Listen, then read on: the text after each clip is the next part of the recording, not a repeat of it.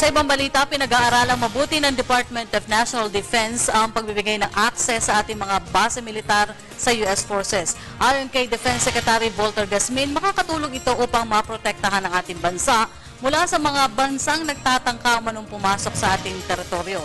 Ang detalye mula sa report ni Waywaya Makay.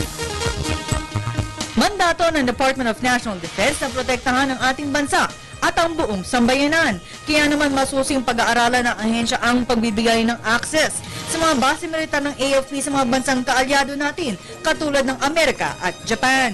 Ayon kay Defense Secretary Volker Gasmin, ang lahat ng ito ay pag-aaralan ng kanilang abogado at kung mayroong kasalukuyang kasunduan sa ilalim ng Visiting Forces Agreement.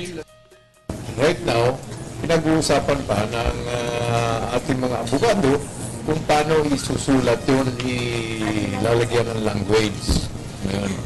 At naman din natin yan, baka naman yan bahagi na ng Visiting Forces Agreement. So pinag-aaralan, masusing pinag-aaralan ng ating mga abogado.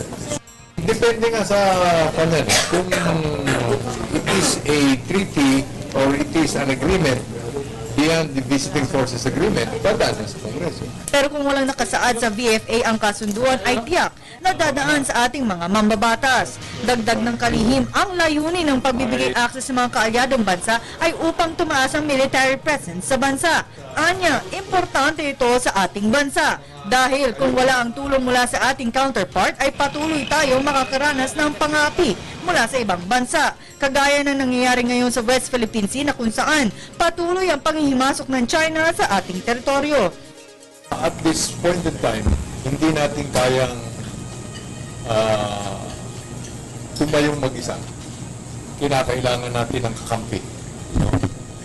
Habang ginagawa natin ito, kung hindi natin gagawin ito, aapihin tayo ng mas malaking pwersa. Ganun na nga nangyayari ngayon.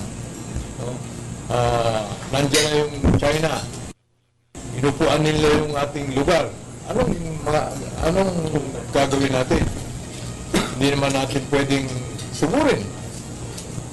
Hinahabol natin sa korte.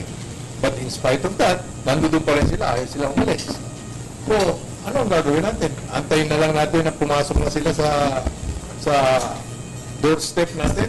Nandoon na sila sa garahe.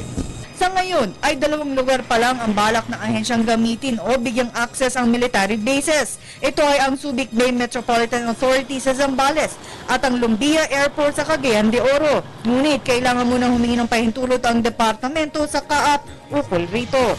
Para sa Telebisyon ng Bayan, Waywaya Makalma.